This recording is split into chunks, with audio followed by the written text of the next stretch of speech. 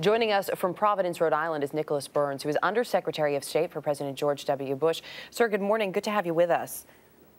Good morning. We just heard a little bit from Chip there. Of course, there was this belief yesterday that President Mubarak was going to come out and say he'd step down.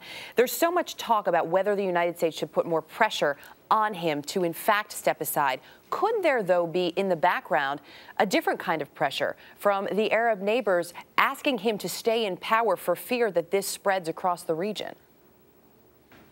I think that is part of the dynamic in this increasingly unstable and dangerous situation. On the one hand, the Egyptian people are speaking clearly. They want change and reform. They want their president to resign. They want a transition. But in the rest of the region, which of course is ruled by countries ruled by authoritarian governments, those leaders don't want President Mubarak to step down easily and quickly because they fear they might be next. And that's the dilemma for President Obama and the American administration. How to achieve two things at once, and that's what they've been trying to do. Freedom and transition and democracy for the people of Egypt, but also stability for the very important interests that we have in that region.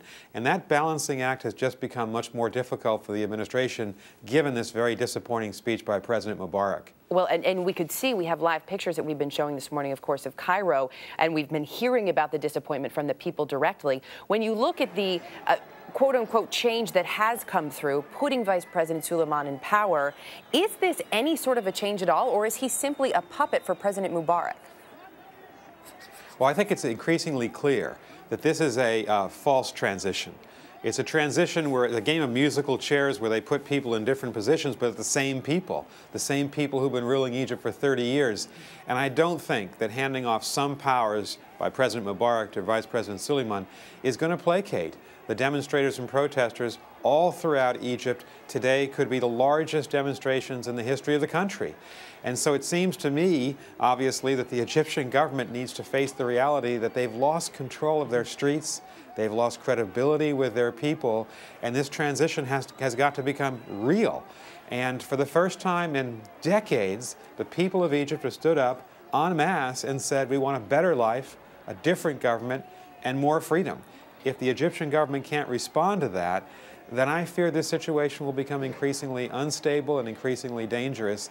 And that, of course, puts enormous pressure on our own government to try to do the right thing and push President Mubarak to change. So is the only way then to keep this situation from exploding, and we see how big these demonstrations get, with each shot they look bigger, the only way to do that is to actually meet their demands and have Mubarak step aside?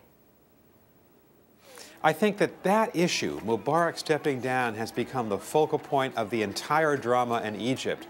And if he could do that in an unambiguous way, there may be a chance then for the government to open up a discussion with protesters to calm some of the passions and to create a political process that could move the country forward.